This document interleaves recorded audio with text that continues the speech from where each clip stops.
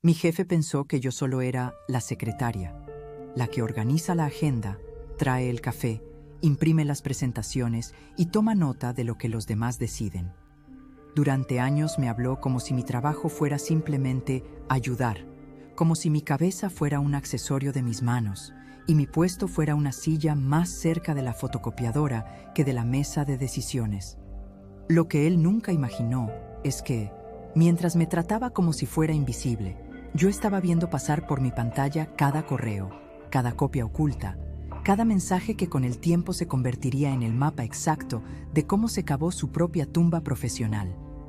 Si te quedas conmigo, te voy a contar cómo pasé de ser la chica de los recados a la mujer que sabía, con fecha y hora, qué había escrito él, el día que tuvo que dar explicaciones por todo lo que juraba que jamás había dicho. Me llamo Paula, tengo 35 años, y esta es la historia real de cómo mi jefe creyó que solo era la secretaria, y nunca sospechó quién guardaba copias de todos sus correos. Desde el primer día hizo algo muy claro: dejarme en mi sitio. Esto es sencillo, me dijo en mi primer lunes. Tú te encargas de la agenda del teléfono, de pasar en limpio lo que yo diga en las reuniones y de que nada me falte. Si haces eso bien, no tendrás problemas. Ni una palabra sobre criterio, ni sobre iniciativa, ni sobre desarrollo. Casi parecía una advertencia: no te metas en lo demás. Pero mi trabajo, en la práctica, era mucho más que contestar llamadas. Tenía acceso a su correo, gestionaba su bandeja compartida, organizaba reuniones con clientes, revisaba documentos antes de que salieran, sabía quién se llevaba bien con quién y quién no se podía ni ver.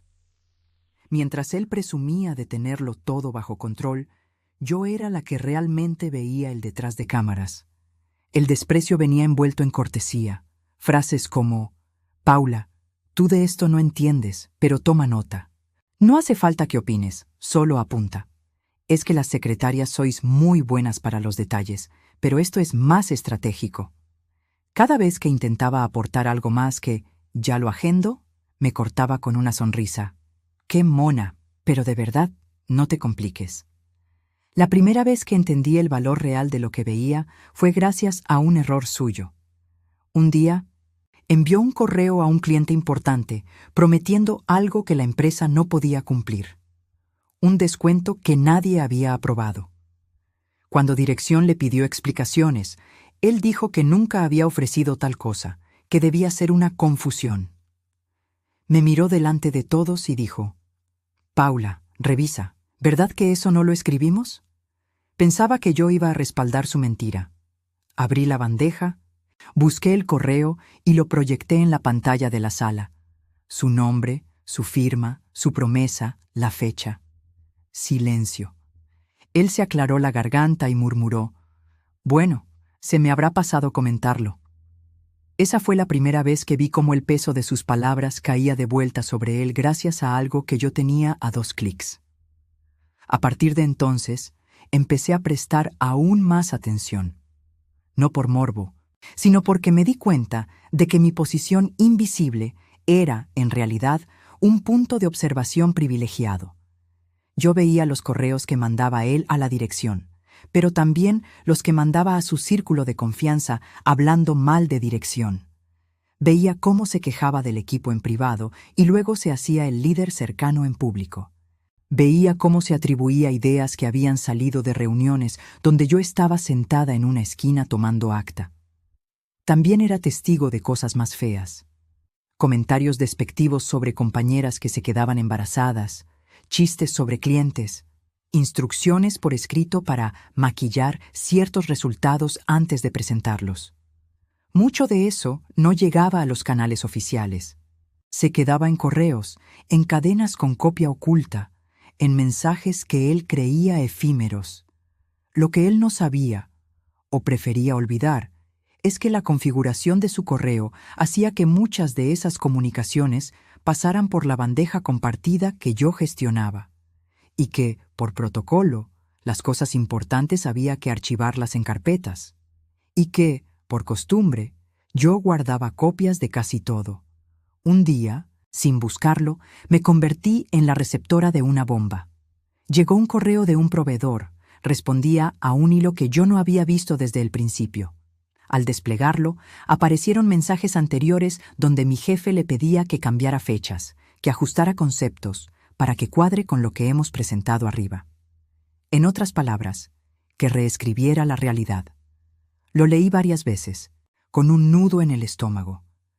No estaba hablando de un despiste de decimales. Estaba pidiendo literalmente que se alteraran datos. Lo archivó en una carpeta que solo él y yo podíamos ver. Lo dejé ahí. No borré nada. No respondí. Pero algo se encendió en mi cabeza. Si alguna vez alguien miraba, esos correos iban a hablar más claro que cualquier queja. Mientras tanto, su actitud conmigo seguía igual. En público, era el jefe elegante con la secretaria servicial. En privado, a veces era directamente cruel. ¿Ves por qué no serás más que secretaria? Te pierdes en tonterías. Hay cosas que se hacen así porque se hacen y punto. Hubo un día en que, en una reunión interna, me pidió quedarme fuera. Esto es solo para mandos, dijo. Pero olvidó cerrar bien la puerta. Yo me quedé en mi escritorio, a pocos metros. Escuché cómo hablaba de mí frente a otros. Paula es eficiente, pero no le da para más. Está bien donde está. No me gustan las secretarias que quieren volar. Podría decir que en ese momento decidí vengarme, pero la verdad es que al principio solo decidí una cosa: no seguir creyéndome el cuento de que no valía para nada más. Si yo era capaz de sostener la agenda, los informes, los seguimientos y, además, ver los agujeros en su gestión, ¿de verdad era solo una secretaria? Empecé a estudiar por mi cuenta. Cursos online de gestión, de cumplimiento normativo, de ética empresarial. No dejé mi puesto de un día para otro, pero mi mirada cambió. Ya no veía su desorden como genialidad creativa, veía riesgos. Ya no veía sus correos como chismes, veía evidencia. La caída empezó cuando la empresa decidió implantar una auditoría más estricta. Hubo cambios arriba, nuevos directores, nueva política. Queremos transparencia real. Palabras que a él le sonaban bien de boca para afuera, pero que en la práctica le daban alergia. Un día llegó un correo del área de cumplimiento. Se revisarán procesos y comunicaciones en áreas clave. Se solicita colaboración de asistentes y personal de soporte para localizar documentación. Eso me incluía. Me citaron para una reunión corta. Me preguntaron cómo se gestionaban las aprobaciones, quién tenía acceso a qué, cómo se archivaban los correos importantes. Respondí con calma, describiendo el flujo real. Luego me pidieron algo más concreto. Necesitamos todo lo relacionado con estos proyectos y proveedores en los últimos 2 años.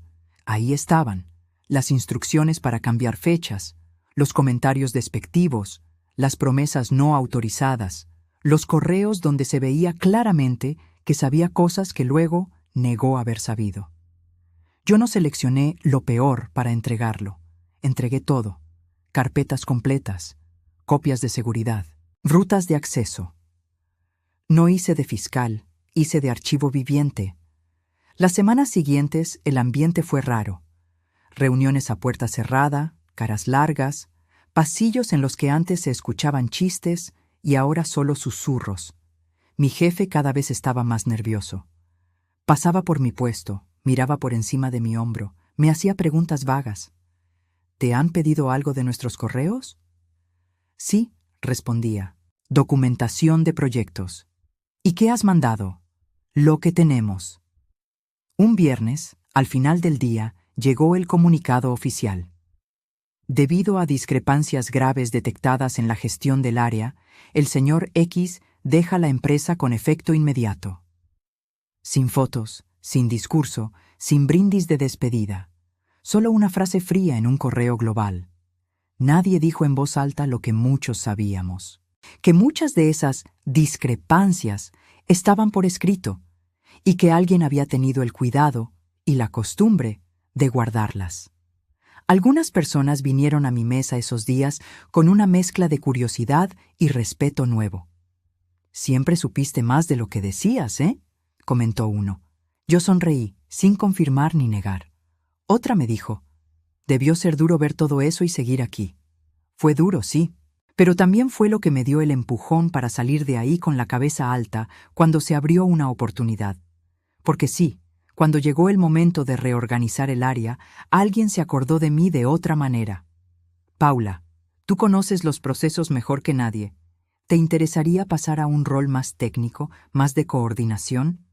Acepté, no como premio por guardar correos, sino como consecuencia lógica de todo lo que ya hacía.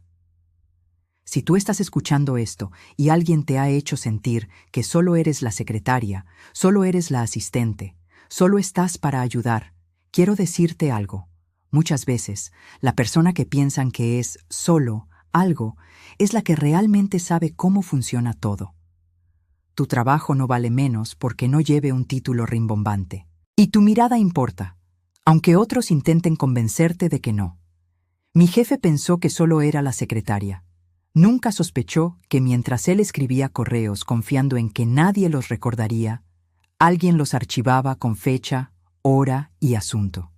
No para chantajear, no para destruir, sino porque ese era su trabajo. El día que todo se vino abajo, nadie pudo decir, no hay pruebas. Las pruebas estaban ahí, en carpetas con nombres aburridos, ordenadas por alguien a quien él nunca vio como una amenaza. Hoy no trabajo ya en ese despacho, ni en esa empresa. Pero cuando cuento esta historia, no lo hago para decir, lo hundí, porque no fue así. Lo hago para recordar que subestimar a la gente que sostiene tu día a día, la que ve y oye todo, no solo es injusto, es peligrosamente ingenuo. Y también lo cuento para esas Paulas que ahora mismo están organizando agendas, borrando cafés de la mesa de reunión y archivando correos, mientras alguien les dice que ahí arriba es otro nivel. Quizá no sepan aún cuánto poder hay en entender, desde la sombra, lo que otros firman con luz de foco.